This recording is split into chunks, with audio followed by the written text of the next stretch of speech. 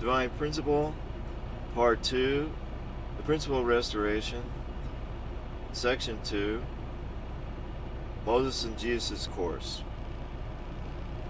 And continuing on with Section 2, the Providence of Restoration and the Tabernacle. The Israelites received the tablets of stone, the Tabernacle, and the Ark of the Covenant. Let's first examine how they received them. The Israelites arrived in the wilderness of Sinai at the beginning of the 3rd month, after their victory over the Amalekites. Moses then took 70 elders and climbed Mount Sinai to meet God.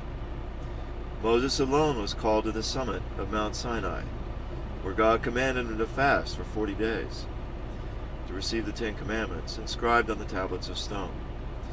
During his fast, Moses received God's instructions concerning the Ark of the Covenant and the Tabernacle. When the 40-day fast was over, Moses received the 2 tablets of stone inscribed by the finger of God with the 10 Commandments. When Moses came down from Mount Sinai with the 2 tablets of stone and went before the Israelites, he found them worshiping a golden calf. During Moses' absence, they had instructed Aaron to make it, and when he'd fashioned it, they proclaimed that this was the God who had led them up out of Egypt. Moses' anger burned hot when he saw this. He threw down the tablets of stone and broke them at the foot of the mountain. God appeared again to Moses and told him to carve another pair of stone tablets identical to the first pair, promising that he would again give them the 10 Commandments. Moses presented himself before God on the mountain and fasted for 40 days a second time. God dictated the 10 Commandments to Moses, and Moses wrote them on the tablets. Moses took these tablets and went before the Israelites again. This time, they honored Moses, and in obedience to his directions, they built the Ark of the Covenant and constructed the Tabernacle. The significance and purpose of the tablets of stone, the Tabernacle, and the Ark of the Covenant. What did the tablets of stone signify? When Moses received the tablets of stone inscribed with God's Word, this signified the passing of the age of the providence to lay the foundation for restoration, when fallen people could relate to God only through sacrifices, and the beginning of the age of the providence of restoration, when they could relate with God through the revealed Word. It was previously explained that if Adam and Eve, who were created by the Word, had become perfect, they would have become the incarnations of the Word, and instead they fell and lost the Word. Moses received the 2 tablets inscribed with the Word at the end of the 40-day period for the separation of Satan.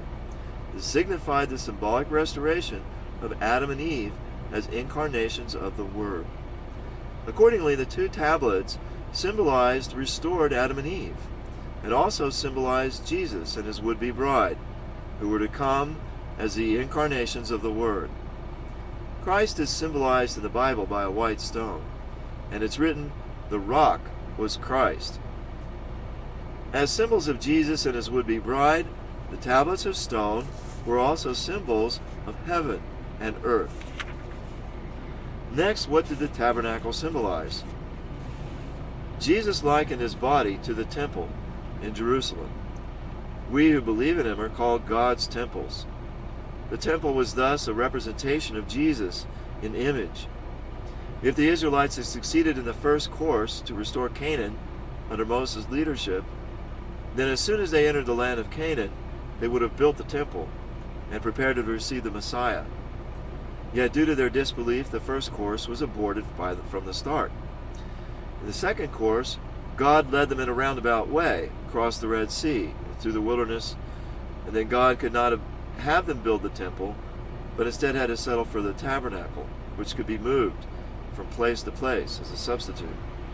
Like the temple, the tabernacle was a representation of Jesus, but in symbol. When God commanded Moses to build the tabernacle, he said, "And let them make me a sanctuary, that I may dwell in their midst." The tabernacle was divided into 2 parts: the holy place, the sanctuary, and the most holy place, the Holy of Holies. Only the high priest could enter the most holy place, and only once a year, when making the sacrifice of the Day of Atonement. The most holy place was where the Ark of the Covenant was kept. Here was the place where God made himself present. It symbolized the Spirit of Jesus. The holy place contained a lampstand, an incense altar, and a table for the bread of the presence, which were tended daily by the priests. It symbolized the body of Jesus. Furthermore, the most holy place symbolized the spiritual world, while the holy place symbolized the physical world. When Jesus was crucified, the curtain between the holy place and the most holy place was torn in two, from top to bottom. This meant that Jesus' crucifixion laid the basis for spiritual salvation, when the gate was opened between spirit and flesh, or between heaven and earth. What did the Ark of the Covenant symbolize? Enshrined in the most holy place, the Ark contained the testimonies to God's covenant. It contained the 2 tablets of stone, which symbolized Jesus and his would-be bride, and heaven and earth. It also contained manna, the main staple of the Israelites during the wilderness course, which symbolized the body of Jesus. The manna was placed inside a golden urn, which symbolized the glory of God. The Ark of the Covenant also contained Aaron's staff, which had demonstrated God's power by budding and putting forth sprouts. The Ark thus represented the cosmos, and at the same time was a smaller representation of the tabernacle. The mercy seat was placed on the top of the Ark of the Covenant. 2 cherubim made of hammered gold were placed on either end of the mercy seat, overshadowing it with their wings. God promised that he would personally appear above the mercy seat, between the cherubim, and there he would give guidance to the Israelites. This foreshadowed that when Jesus and his bride, symbolized by the tablets of stone, come and cleanse people's sins, God would appear over the mercy seat and open a path between the cherubim which had blocked the way to the tree of life in the Garden of Eden. Everyone would then be able to come before Jesus, the tree of life, and receive the fullness of God's word. For what purpose did God give the tablets of stone, the tabernacle, and the Ark of the Covenant? When the Israelites set out for the wilderness, after completing the 400-year period of indemnity incurred due to Abraham's mistake in the offering, God struck the Egyptians with signs and plagues and drowned a host of Egyptian soldiers who tried to follow the Israelites across the Red Sea. The Israelites could not return to Egypt, not only because of God's will forbade it, but because they had become bitter enemies of the Egyptians. They had no choice but to complete the journey to Canaan. God had driven them to the point of no return. Nevertheless, the Israelites repeatedly fell into faithlessness during their journey. In the end, there was danger that even Moses might act faithlessly. To cope with this situation, God set up an object of faith, one which would remain unchanged even though the people might change. As long as even one person revered the object with absolute faith, God could continue the providential will through him. That person would inherit the mission to attend the object of faith as a baton is handed from one runner to the next in a relay race. The tabernacle enshrining the Ark of the Covenant and the tablets of stone was this object of faith. Since the tabernacle represented the Messiah, when the Israelites built the tabernacle, it signified that the Messiah had already come in a symbolic sense. The Israelites were to revere and honor the tabernacle as if it were the Messiah, and to return to the blessed land of Canaan under Moses' leadership. Thus they would establish the national foundation of substance. Even if all the Israelites were to fall into faithlessness along the way, as long as Moses could continue to exalt the tabernacle, the people would then be allowed to indemnify their faithlessness and be restored upon Moses' intact foundation. Furthermore, even if Moses were to become faithless, as long as any single Israelite exalted the tabernacle in Moses' place, God would work through that person to restore all the people. If the Israelites had trusted Moses and entered Canaan in the first national course, Moses' family would have served in the role of the tabernacle, and Moses himself would have fulfilled the roles which were taken by the tablets of stone and the Ark of the Covenant. Moses' family would have become the bearer of the heavenly law. The Israelites could then have built the temple in the land of Canaan without any need for the tablets, the ark, or the tabernacle. These were given as means of salvation only after the people had become faithless. The tabernacle, as the representation and symbol of Jesus and his would-be bride, was needed only until the construction of the temple. The temple, as the representation and image of Jesus and his would-be bride, was needed only until the Messiah's coming as the temple incarnate. The foundation for the tabernacle. Just as a foundation must be laid before we can receive the Messiah, a foundation had to be laid before the Israelites could build and exalt the tabernacle, the symbolic representation of the Messiah. Needless to say, to establish the foundation for the tabernacle, foundations of faith and substance for the tabernacle had to be laid.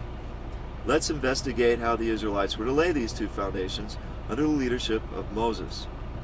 Moses was to follow God's instructions and lay the foundation of faith for the tabernacle by fasting and praying for 40 days, a period for the separation of Satan.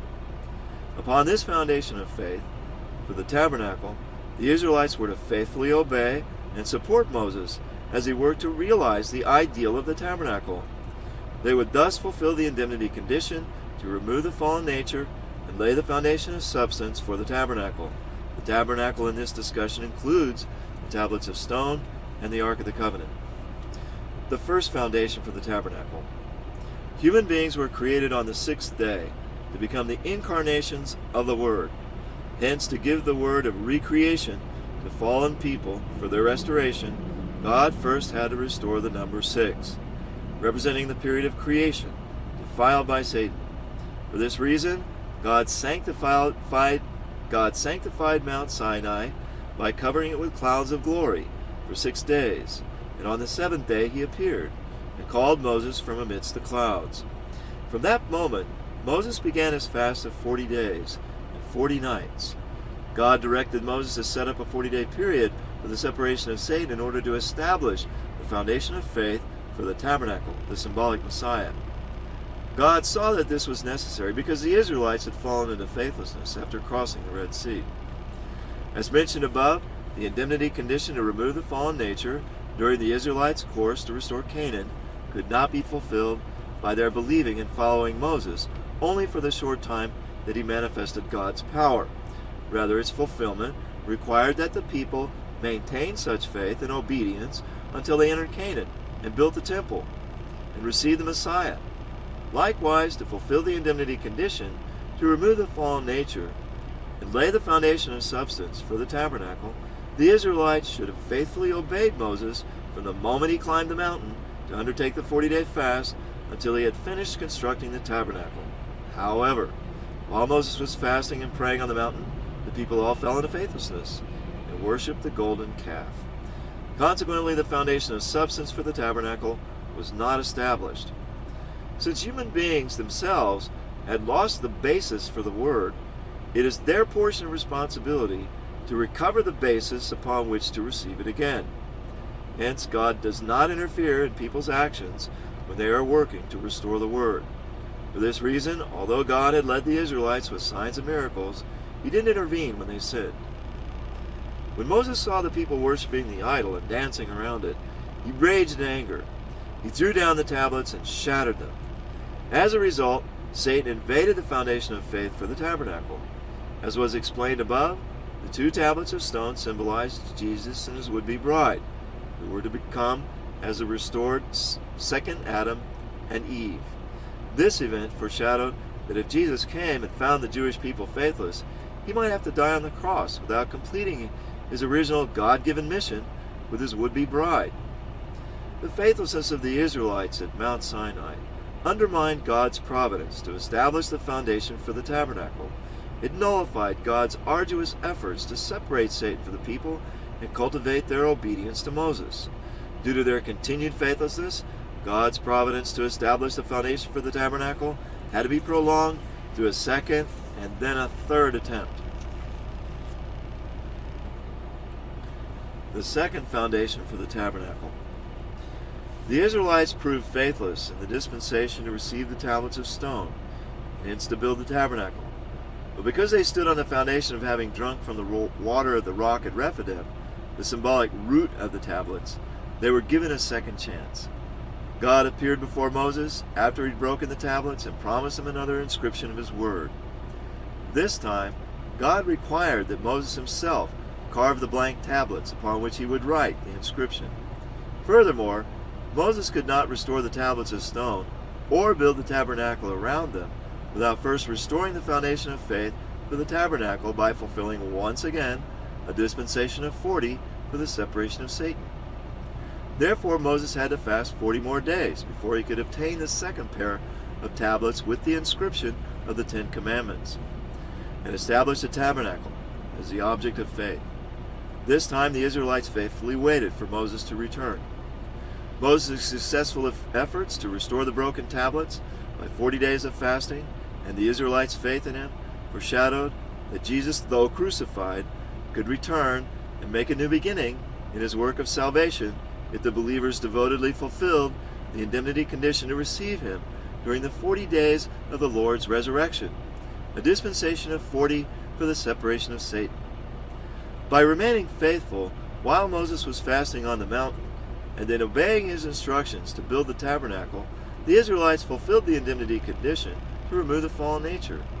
This laid the foundation of substance for the tabernacle, and hence the foundation for the tabernacle. The tabernacle was built by the first day of the first month of the second year. However, as was mentioned earlier, the foundation of substance in the second national course to restore Canaan required much more than the mere construction of the tabernacle. In fact, until they entered Canaan and built the temple, the Israelites were supposed to honor the tabernacle more than they valued their own lives. They were to keep the same faith until they received the Messiah. On the 20th day of the second month of the second year, the Israelites set out from the wilderness of Sinai, arrayed in formation around the tabernacle, and led by the pillar of cloud. Yet before long they began to complain about their hardships and murmur against Moses. Even after God destroyed their camp in his burning wrath, the Israelites didn't repent. They continued to complain, lamenting that they had nothing to eat but manna. They were resentful toward Moses and longed for the meat, fruit, vegetables, and luxuries of Egypt. Thus the Israelites failed to maintain the second foundation for the tabernacle, and it was invaded by Satan. The providence to restore this foundation was prolonged to a third attempt. The third foundation for the tabernacle. Although Satan defiled the second foundation for the tabernacle, Moses' faith and devotion to the tabernacle remained unchanging. Therefore, the tabernacle stood firmly upon the foundation of faith which Moses had laid, while the Israelites still stood upon the foundation of having drunk the water from the rock at Rephidim. The rock, we recall, was the root of the tablets of the stone, which was at the center of the tabernacle.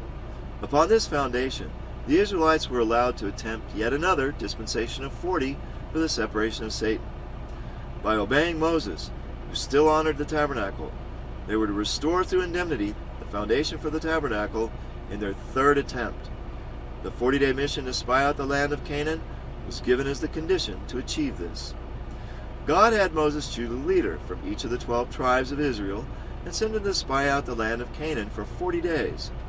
When they returned, all the spies except Joshua and Caleb presented faithless reports. The people who dwell in the land are strong, and the cities are fortified and very large. It's a land that devours its inhabitants, and all the people that we saw in it were men of great stature. And we seemed to ourselves like grasshoppers, and so we seemed to them. They concluded that the Israelites could not capture Canaan's fortified cities or defeat its people. Upon hearing this report, the Israelites again murmured against Moses. They called for another leader who would take them back to Egypt. Only Joshua and Caleb called for the people not to be afraid, but to attack the Canaanites in obedience to God's command. Do not rebel against the Lord, and do not fear the people of the land, for they are bread for us. Their protection is removed from them, and the Lord is with us. Do not fear them.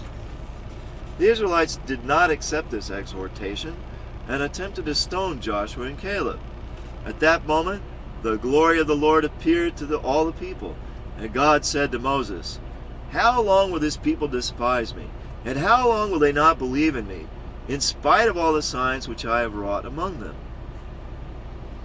But your little ones, who you said would become a prey, I will bring in, and they shall know the land which you have despised. But as for you, your dead bodies shall fall in this wilderness, and your children shall be shepherds in the wilderness for 40 years, and shall suffer for your faithlessness, until the last of your dead bodies lies in the wilderness.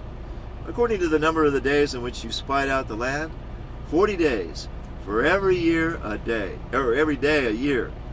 You shall bear your iniquity 40 years, and you shall know my displeasure. As a result of their lack of faith, the third foundation for the tabernacle ended in failure. Their 21-month course in the wilderness was extended to 40 years. The failure of the second national course to restore Canaan. Due to the Israelites' faithlessness, the foundation for the tabernacle was invaded by Satan 3 times. Therefore, the national indemnity condition to remove the fallen nature was not fulfilled, and the foundation of substance for the second national course to restore Canaan was not laid. Consequently, the entire second national course to restore Canaan ended in failure. God's providence was prolonged to a third national course. The third national course to restore Canaan. The foundation of faith. Because the Israelites turned faint-hearted upon hearing the report of the faithless spies, the second national course to restore Canaan ended in failure. The 40 years Moses had spent in the wilderness of Midian to restore the foundation of faith were invaded by Satan. As a result of the failure of the mission to spy out the land, the people had to wander in the wilderness for 40 years, 1 year for each day of the 40-day spy mission, until they returned to Kadesh Barnea. For Moses, this 40-year period was to separate Satan, who had invaded the previous foundation of faith, and to restore through indemnity the foundation of faith for the third course. Moses honored the tabernacle with faith and loyalty throughout the entire 40 years of wandering in the wilderness. By the time they returned to Kadesh Barnea, he had completed the foundation of faith for the third national course to restore Canaan. Accordingly, he also secured the position of Abel for the foundation of substance. The foundation of substance. The foundation of substance for the second course ended in failure when, due to the people's persistent disbelief, Satan defiled the foundation for the tabernacle.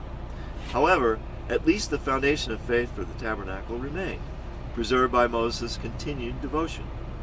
If upon this foundation the Israelites had faithfully followed Moses through the 40 years of wandering in the wilderness, thus establishing the basis for the separation of Satan, they would have set up the foundation of substance for the tabernacle and completed the foundation for the tabernacle. If they had then honored and obeyed Moses and entered Canaan in faith, they would have completed the foundation of substance for the third national course to restore Canaan. For Moses, the 40 years of wandering in the wilderness was the period required to establish the foundation of faith for the third national course. For the Israelites, the goal for this period was to accomplish the dispensation to start the third course. They were to do this by establishing the foundation for the tabernacle, thereby returning to the state of grace which they had enjoyed in the second course when they first constructed the tabernacle under Moses' direction. The foundation of substance centered on Moses. The tablets, the tabernacle, and the Ark of the Covenant became necessary in the second course only because the Israelites lost faith in the wilderness. Soon after they crossed the Red Sea, they forgot the 3 signs which God had granted them when conducting the dispensation to start. To restore this through indemnity, God tested the people through a 40-day period while Moses was on the mountain. He then gave them 3 manifestations of divine grace: tablets of stone, the Ark of the Covenant, and the tabernacle. Moreover, God had granted the 10 plagues, which were to restore Laban's 10 deceptions of Jacob in Iran. Yet when the Israelites lost faith, even after witnessing these, God attempted to restore the 10 plagues through indemnity by giving the 10 commandments. If the Israelites had renewed their faith by honoring the 3 manifestations of divine grace and obeying the 10 commandments, they would have returned to the state of grace they had enjoyed when they left Egypt under the power of these miracles. Accordingly, in the third course, the Israelites should have completed the 40-year indemnity period by following Moses in faith and obedience to the wilderness. After they returned to Kadesh Barnea, they should have stood with Moses upon the foundation for the tabernacle and exalted the tablets, the tabernacle, and the ark. Had they done so, they would have stood in the position they had enjoyed at the completion of the dispensation to start the second course, when God struck the Egyptians with the 3 signs and 10 plagues. The tablets were a smaller representation of the ark was a smaller representation of the tabernacle, and hence the tablets were a smaller representation of the tabernacle. The ark and the tabernacle may thus be represented by the tablets, or their root, the rock. Therefore, the third national course to restore Canaan was to begin at Kadesh Barnea, upon completing a dispensation to start based on the rock. Henceforth, had the Israelites honored the tabernacle with faith and devotion, and followed Moses into Canaan, they would have fulfilled the indemnity condition to remove the fallen nature required for the foundation of substance in the third national course. How did God intend to conduct the dispensation to start? Based on the rock. During the 40 years of wandering in the wilderness, the Israelites again fell into complaint and faithlessness. To save them, God instructed Moses to strike the rock with his staff, that it might yield water and give drink to the people. Moses should have struck the rock only once. The awestruck Israelites then should have united with him, thereby standing with him upon the foundation for the tabernacle. In this way, they would have fulfilled the dispensation to start based on the rock. However, when Moses heard the people murmuring against him and complaining that they had no water to drink, he raged in uncontrolled anger and struck the rock twice. Whereupon God said to him, "Because you did not believe in me, to sanctify me in the eyes of the people of Israel, therefore you shall not bring this assembly into the land which I have given them." By striking the rock twice, when he should have struck it only once, Moses undermined the dispensation to start based on the rock. As a consequence, he wasn't permitted to enter the promised land. He could only gaze upon it from a distance at the end of his life. Let's investigate why Moses should have struck the rock just once, and why his striking it twice constituted a sin. The rock is a symbol for Jesus Christ. Since Christ came as the tree of life, the rock may also be seen as the tree of life. The tree of life is also a symbol for a perfected Adam in the Garden of Eden. Hence, the rock symbolized Adam in perfection. In the Garden of Eden, Adam should have matured to become the ideal represented by the rock. Yet when Satan struck him and caused him to fall, Adam could not become the tree of life, or the rock which could give his descendants the water of eternal life. Therefore, the waterless rock, which Moses struck it the first time, before Moses struck it the first time, symbolized fallen Adam. To indemnify Satan's act of striking Adam, preventing him from becoming the rock which could give the water of life, God had Moses strike the rock once. When he hit the rock twice, or when he hit the rock once, and it yielded water, Moses fulfilled an indemnity condition to restore Adam as a water-giving rock. The rock struck once symbolized Jesus, who was to come and give fallen humanity the water of life. Therefore Jesus said, "Whoever drinks the water that I shall give him will never thirst. The water that I shall give him will become in him a spring of water, welling up to eternal life." Thus God intended that Moses strike the rock once as an indemnity condition for fallen Adam to be restored in the person of the second perfected Adam, Jesus. However, when Moses struck the rock the second time, after it already brought forth water, it represented the possibility that Jesus might be struck. In other words, Moses' act of striking the rock twice in anger at the faithlessness of the Israelites set up the condition that when Jesus came, if the Jewish people were to turn faithless, Satan would have the grounds to confront Jesus, the fulfillment of the rock. This is why Moses' act constituted a sin. Although Moses' act of breaking the tablets of stone could be restored, his mistake of striking the rock the second time could not be restored. Why is this so? In the context of the providence of restoration, the tablets of stone and the rock were related as external and internal. The tablets of stone, inscribed with the 10 Commandments, were the core of the Mosaic Law and the heart of the Old Testament. The Israelites could receive salvation, available in the Old Testament age, by upholding the ideals contained in the tablets. In this sense, the tablets of stone were an external representation of Jesus who was to come. The rock, on the other hand, not only symbolized Christ as the root of the tablets of stone, it also symbolized God, the origin of Christ. The tablets of stone were external. The rock was internal. If we liken the tablets to the body, the rock corresponds to the mind. If we liken the tablets to the holy place, the rock corresponds to the most holy place. If we liken the tablets to the earth, the rock corresponds to heaven. In short, as an internal representation of Christ, the rock had greater value than the tablets of stone. As an external representation of Jesus, the tablets of stone also symbolized Aaron. Aaron was an external representation of Jesus as he stood before Moses, the representative of God. When the Israelites pressured Aaron to make the golden calf, Aaron himself lost faith, and this led to the breaking of the tablets. Nevertheless, Aaron could be revived because he repented, while still standing upon the foundation of having drunk the water from the rock at Rephidim. When he did so, the tablets of stone symbolizing Aaron could also be refashioned and restored based on the internal foundation of the water from the rock. However, since the rock, the root of the tablets of stone, symbolized not only Jesus, but also God, his origin, striking the rock the second time could not be undone. What were the consequences of striking the rock twice? Moses struck the rock the second time because he was overcome by uncontrolled rage at the people's faithlessness. He acted under the influence of Satan, even on Satan's behalf. Consequently, the dispensation to start, which God had intended to carry out based on the rock, was defiled by Satan. Although externally, Moses' act of striking the rock a second time proved to be a satanic act, still in a deeper, internal sense, he gave drink to the people with the water which flowed from it and saved their lives. This reaffirmed the prophecy God had given earlier that the external Israelites, those who were adults when they left Egypt, could not enter Canaan as was promised except for Joshua and Caleb.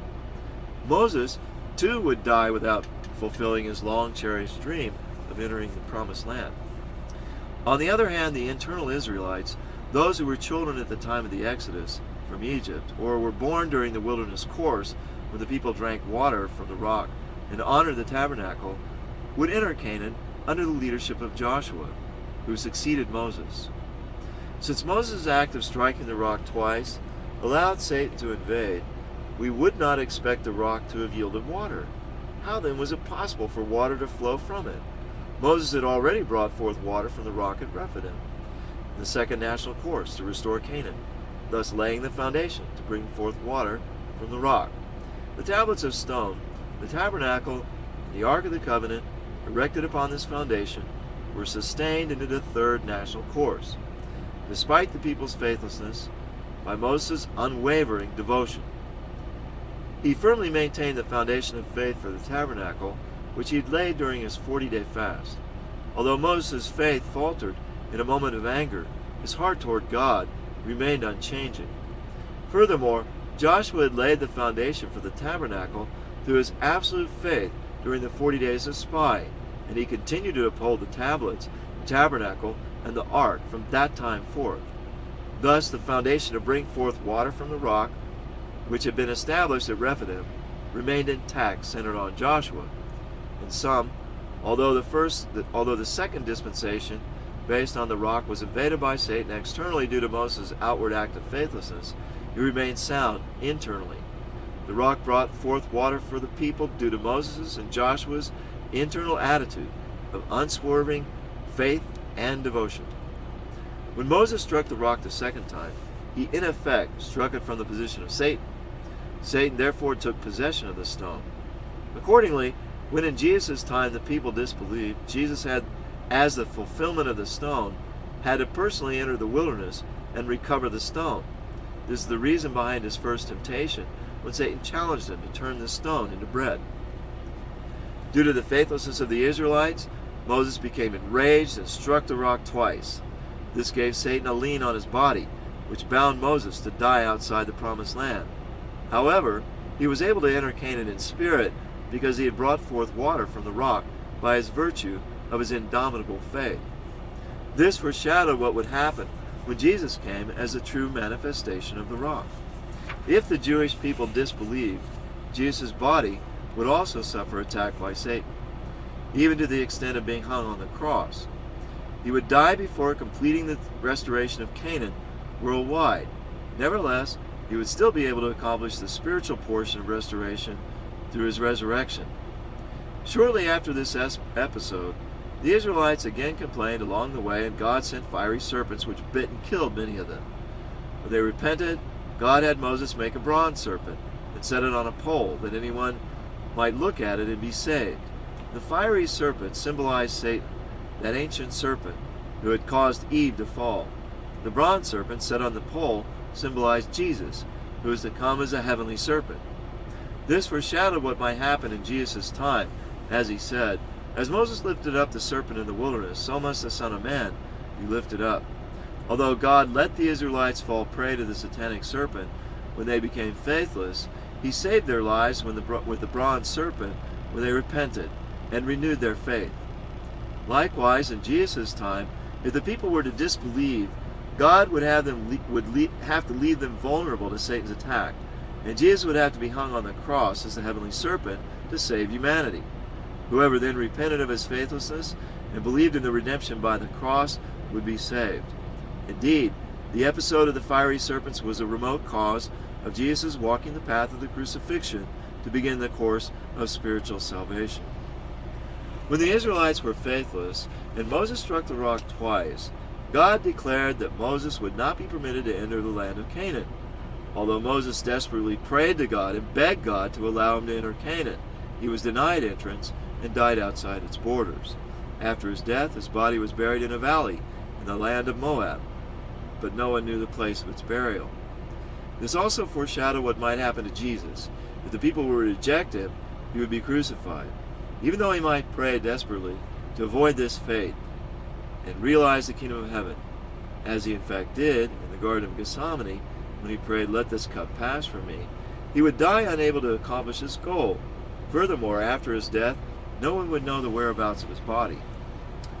The foundation of substance centering on Joshua.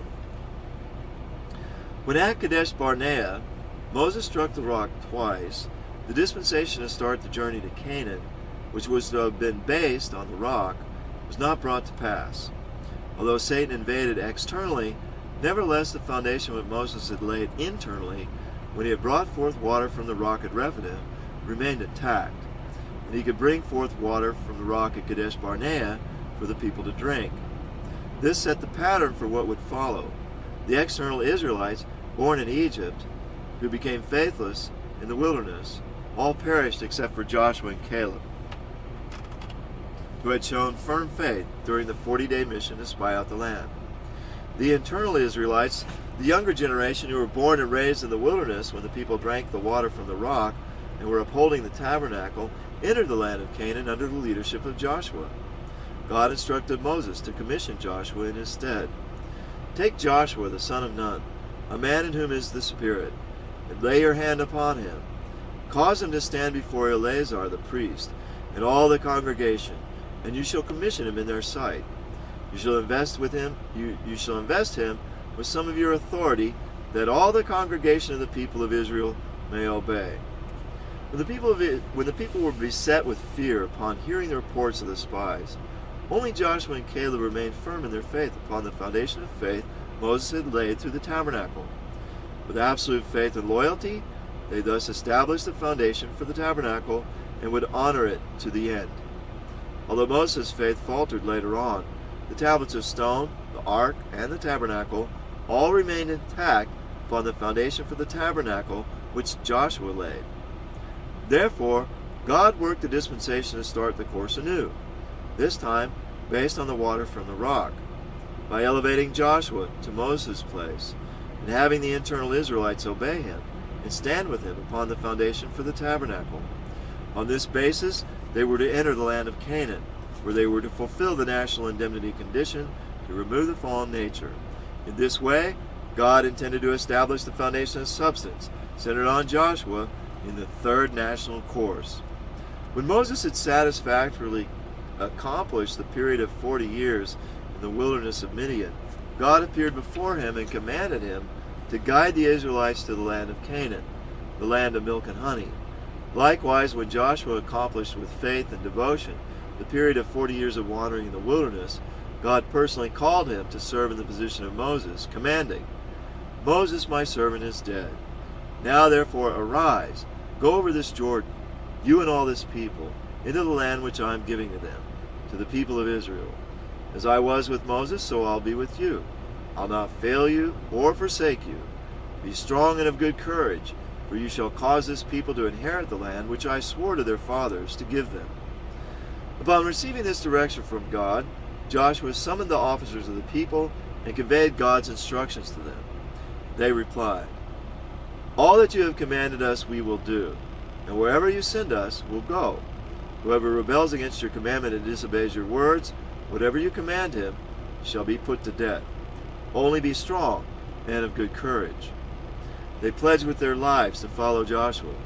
In succeeding Moses' mission to restore Canaan, Joshua prefigured Christ at the second advent, who will come to complete the mission which Jesus left unfinished.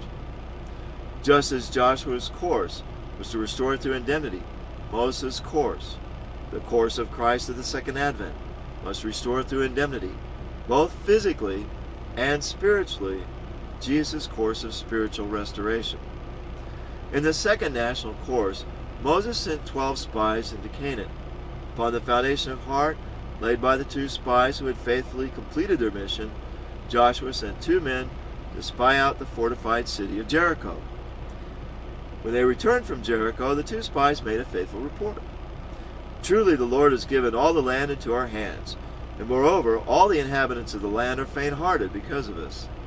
The younger generation of Israelites, raised in the wilderness, all believed the spies' words, and this faith indemnified the sins of their parents, who had not properly completed the previous 40-day mission to spy out the land. Having pledged with their lives to obey Joshua, who stood upon the foundation for the tabernacle, the internal Israelites could stand with him on that foundation. By restoring the dispensation to start, based on the water from the rock, they assumed the same position as their parents had when under Moses' leadership they had participated in the dispensation to start at the Exodus from Egypt, when God provided the 3 signs and the 10 plagues. Just as the Israelites under Moses' leadership had passed through a 3-day course before they crossed the Red Sea, the Israelites under Joshua's leadership passed through a 3-day course before they crossed the Jordan River. In the second national course, after the 3-day course was completed, the pillar of cloud and the pillar of fire led the Israelites to the Red Sea. Similarly, after the Israelites under Joshua's leadership completed the 3-day course, the Ark of the Covenant led them to the Jordan River. The tablets lying in the center of the ark and the pillars of cloud and fire both symbolize Jesus and his would-be bride. Moses used his staff to guide the way and split the Red Sea in 2. Likewise, Joshua placed the Ark of the Covenant in front of the troops to guide their way. When the priest bearing the Ark of the Covenant entered the Jordan River, its waters parted, opening the way for the people following the Ark to walk on the riverbed. Moses' staff symbolized Jesus. Similarly, the Ark containing the tablets of stone, manna, and Aaron's staff symbolized Jesus and his would-be bride. Therefore, the parting of the Jordan River before the Ark, which allowed the Israelites to enter the land of Canaan safely, foreshadowed what would happen in the presence of Jesus and his bride. Sinful humanity, symbolized by water, would be divided between the righteous and the wicked and face the judgment. All faithful believers would then complete the restoration of Canaan worldwide. Upon reaching the Jordan River, God commanded Joshua, saying, "Take 12 men from the people, from each tribe a man, and command them, take 12 stones from here out of the midst of the Jordan, and from the very place where the priest's feet stood, and carry them over with you, and lay them down in the place where you lodge tonight." And thus the people did. The people came up out of the Jordan on the 10th day of the 1st month, and they encamped at Gilgal, on the east border of Jericho.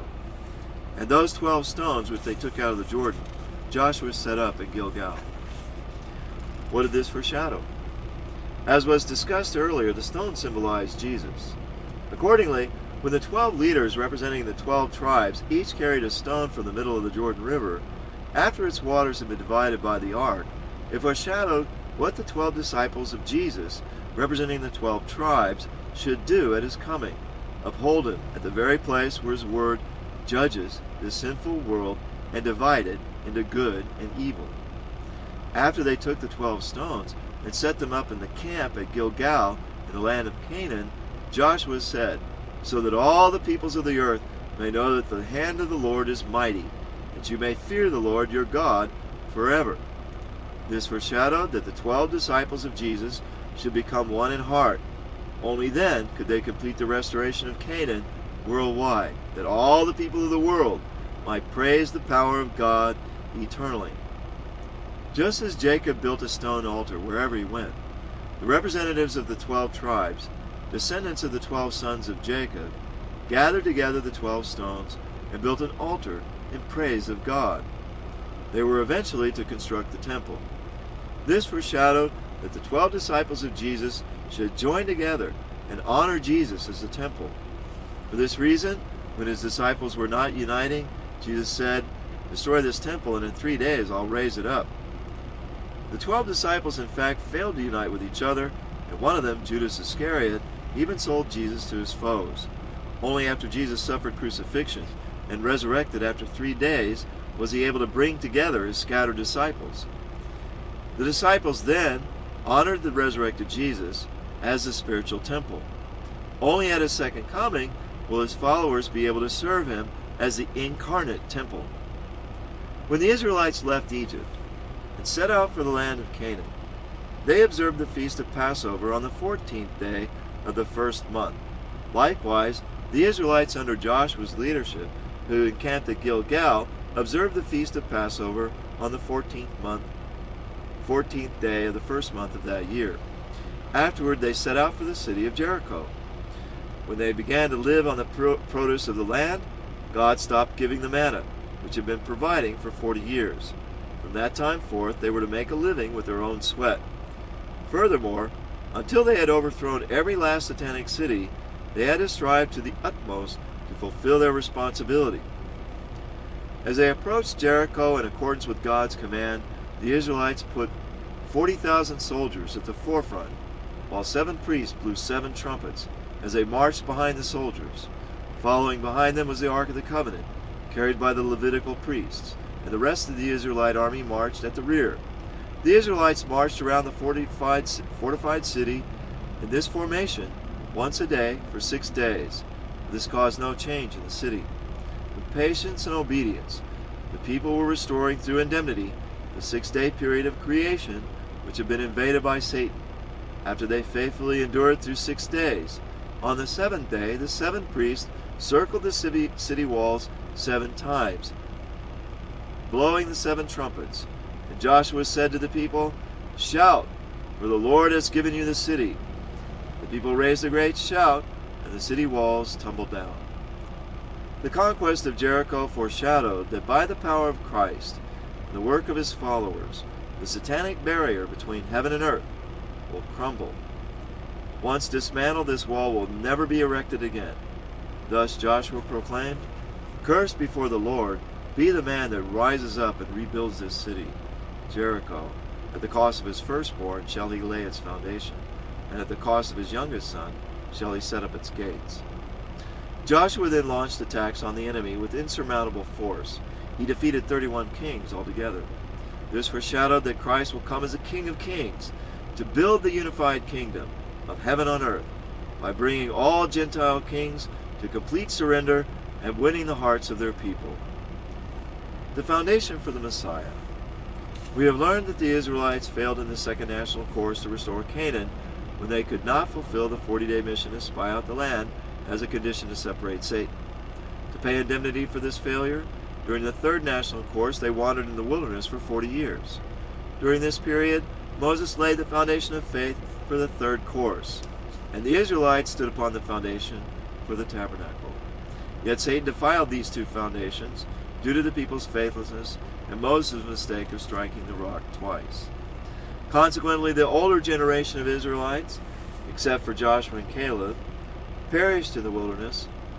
So Joshua and Caleb had faithfully fulfilled the 40-day spy mission while standing upon the foundation of faith for the second course, and the foundation of faith for the tabernacle which Moses had laid. They thereby established the foundation for the tabernacle. The younger generation of Israelites crossed the Jordan River while bearing the Ark of the Covenant with utmost faith under the leadership of Joshua, who succeeded Moses. Then, destroying the fortified city of Jericho, they entered Canaan, the promised land. Based on this victory, they laid the foundation of substance in the third national course and established the foundation for the Messiah for this course, although as a people without sovereignty. The family foundation for the Messiah would be fulfilled in the days of Abraham. His descendants passed through a 400-year period of indemnity as slaves in Egypt before they could enter Canaan, and there complete the national foundation for the Messiah. This required more than merely entering and conquering Canaan. As was discussed earlier in detail, fallen people had already founded powerful nations such as Egypt, led by satanic rulers who opposed God's providence of restoration. Therefore, even though the national foundation for the Messiah was established under Joshua's leadership, it would be necessary to build a sovereign kingdom from which the Messiah could confront the satanic nations of the world. However, once the younger generation of Israelites entered Canaan, they also became faithless. Hence, God's providence was prolonged again and would suffer repeated setbacks until the time of Jesus. Some lessons from Moses' course. Throughout history, people of faith have read the biblical account of Moses and thought it merely a record of Moses' life and Israel's history. No one truly understood that God intended to reveal by this account certain secrets of the providence of restoration. Jesus only intimated it, saying, "The Son could do nothing of his own accord, but only what he sees his Father doing. For whatever he does, that the Son does likewise." He passed away without divulging the true significance of Moses' course. In these pages, we've revealed how Moses walked the model course, or the formula course, for the providence of restoration. By making a comparison between this section and the next section, readers will understand more clearly how, through Moses' course, God foreshadowed the path Jesus would walk. Yet even by studying the providence centered on Moses alone, we cannot but come to the conclusion that God exists and has been guiding human history toward the realization of one absolute purpose. Moses' course also demonstrates that the actual outcome of a person's life depends upon whether or not the person fulfills his portion of responsibility, regardless of God's foreordained plan for him. God's predestined will cannot be achieved through the person entrusted with its fulfillment if he doesn't complete his portion of responsibility. Specifically, God foretold that he would have Moses lead the Israelites into Canaan, the land of milk and honey, and commanded him to carry this out. Nevertheless, when Moses and his people didn't fulfill their responsibility, only Joshua and Caleb, among the first generation, entered Canaan. The rest died in the wilderness. Moreover, God doesn't intervene in the human portion of responsibility, but acts only upon the actual result a person brings. Although God guided the people with amazing signs and miracles, he didn't interfere in their actions when they worshipped the golden calf, while Moses was away on the mountain. He didn't intervene to restrain Moses when he struck the rock twice. When they did so, they were carrying out their portions of responsibility, which was theirs alone to fulfill. However, once they had acted either to fulfill their responsibility or to fail in it, God regarded their result and acted accordingly. Moses' course demonstrates the absoluteness of God's predestined will. God predetermines absolutely that his will be fulfilled, and continually attempts to accomplish it until it's done. Thus, when Moses could not complete his responsibility, God found a successor, Joshua, and worked determinedly to accomplish his will through him. In general, when someone in the able position whom God has chosen doesn't complete his given mission, someone in the Cain position who has demonstrated the utmost devotion will replace the able figure and inherit his mission. Jesus described a comparable situation when he said, "From the days of John the Baptist until now, the kingdom of heaven has been forcefully advancing, and forceful men lay hold of it." Moses' course shows that the greater one's mission, the greater the test one will face. Because the first ancestors fell when they didn't believe in God but turned away from him, central figures restoring the foundation of faith must overcome a test in which God abandons them. Moses had to overcome a trial in which God tried to kill him before he could rise as the leader of the Israelites. With the fall as a condition, Satan bound human beings in a relationship with him. Consequently, God doesn't grant grace to people without a necessary condition, for if he were to do so, Satan would make accusations. Therefore, when God is about to give grace, he puts the person through a test, either before or after the grace, to prevent Satan's accusation. Moses' course provides an example of this. God granted Moses the grace to begin the first course to depart from Egypt only after he completed the test of living in the Pharaoh's palace for 40 years. God granted him the grace to begin the second course to depart from Egypt only after he completed the test of living in the wilderness of Midian for 40 years.